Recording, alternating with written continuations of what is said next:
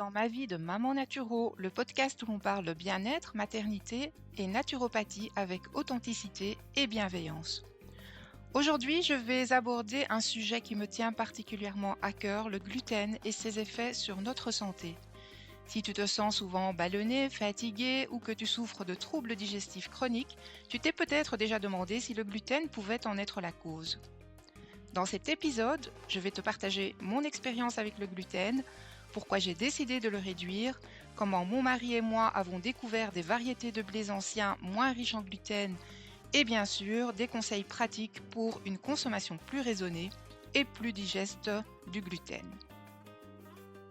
Prends un bon thé, installe-toi confortablement et c'est parti!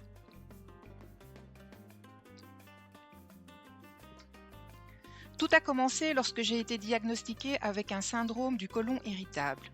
À ce moment-là, j'ai cherché à améliorer mon alimentation en supprimant les aliments inflammatoires dont le gluten, les protéines de lait et les sucres raffinés. Et au bout de quelques semaines, sans gluten, j'ai réussi une nette amélioration. Moins de ballonnements, moins de douleurs abdominales, une meilleure digestion et beaucoup plus d'énergie. Et c'est là que j'ai compris que le gluten pouvait jouer un rôle majeur dans mon inconfort digestif. Mais ce qui m'a interpellée, c'est que je ne suis pas cœliaque. Alors pourquoi le gluten me posait-il problème ? C'est à partir de cette question que mon mari et moi avons commencé à enquêter sur le gluten moderne et les alternatives possibles.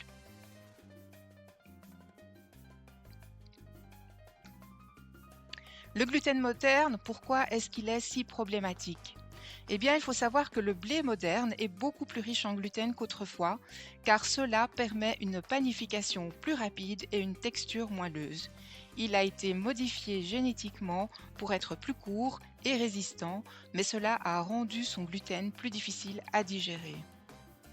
Mais ce qui est encore plus préoccupant, c'est l'impact du gluten sur notre intestin et notre système hormonal. Je vous explique. Le mot gluten vient du latin gluten qui signifie colle, et c'est exactement ce qu'il fait dans notre intestin.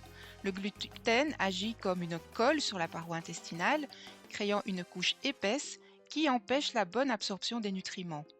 Et avec le temps, cette colle peut fragiliser la muqueuse intestinale, la rendre poreuse et provoquer ce qu'on appelle le leaky gut ou hyperperméabilité intestinale. Alors quelles en sont les conséquences ? Eh bien, c'est que les toxines et les protéines mal digérées vont pouvoir passer à travers la paroi intestinale et pénétrer dans la circulation sanguine.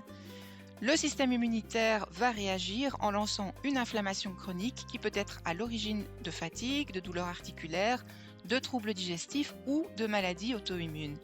Et c'est pour cela que beaucoup de personnes ressentent un mieux-être général en réduisant leur consommation de gluten, du blé moderne, même sans être cœliaque.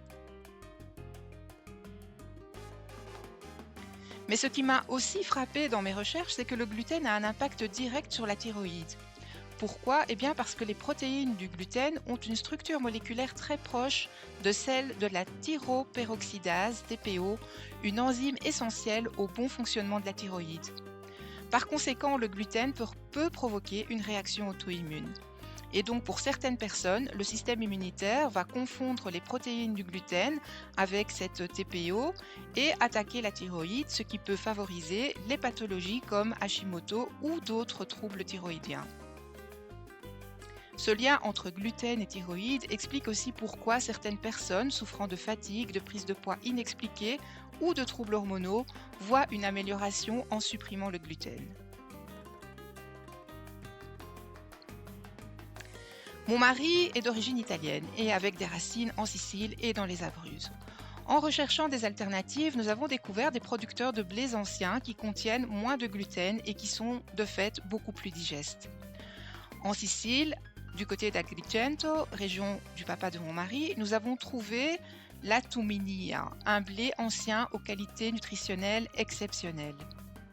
Et dans les Abruzzes, région de la maman de mon mari, nous avons découvert la Saragola, une autre variété ancienne, plus douce pour le système digestif. Les avantages de ces blés anciens, c'est qu'ils contiennent moins de gluten, donc sont beaucoup plus digestes, qu'ils sont riches en nutriments et non modifiés génétiquement, et qu'ils ont un goût plus authentique et une meilleure tolérance digestive. Nous avons alors décidé de faire notre pain avec ces blés anciens.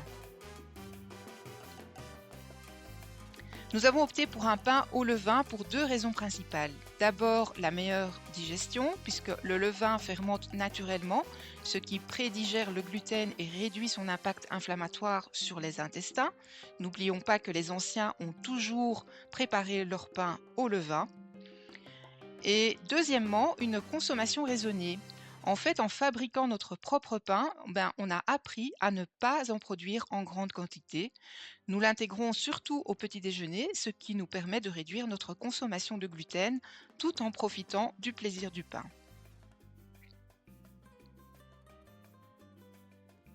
Comment est-ce que nous avons réduit notre consommation de gluten au quotidien? Eh bien, pour les pâtes, même si mon mari est italien, nous en mangeons moins souvent et essayons, quand nous avons le temps, de les faire maison avec ces variétés de blés anciens. Pour les biscuits et les pâtisseries, en général, je les fais toujours sans gluten. J'utilise beaucoup la farine d'amande ou de coco et les biscuits et les pâtisseries sont toujours aussi bonnes. Avec des blés anciens de temps en temps, si je dois utiliser du gluten, eh bien je veille à ce que ce soit avec ce blé de variété de blés anciens. J'ai d'ailleurs réalisé un livret de recettes avec mes pâtisseries maison en moins de 30 minutes que tu peux aussi retrouver sur mon site zagara.be. Alors pourquoi consommer moins de gluten est bénéfique? Eh bien même si tu n'es pas intolérant ou intolérante au gluten, réduire sa consommation peut apporter de nombreux bienfaits. D'abord, préserver la barrière intestinale en évitant justement cet effet glu qu'apporte le gluten.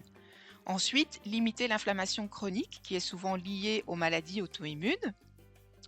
Ça va aussi aider à soutenir la thyroïde en limitant l'activation auto-immune.